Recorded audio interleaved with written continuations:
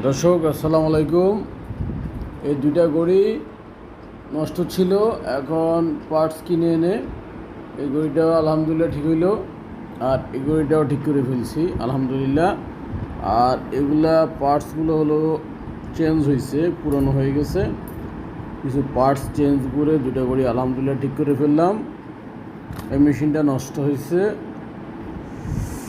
আল্লাহ পাকের শুকরিয়া। এখন একটু তরমুজের জুস খাচ্ছি। তো পুরোনো করে চাইলে আপনারা শুধু মেশিন চেঞ্জ করবেন, ব্যাটারি চেঞ্জ করবেন, আর এই কাঁটাগুলো একটু জ্যাম ট্যাম পরিষ্কার করে দিলে পুরোনো ঘড়িগুলো ব্যবহার করতে পারবেন। আর এই সব মেশিনগুলোই অনলাইন সব দারাজে পাওয়া যায়।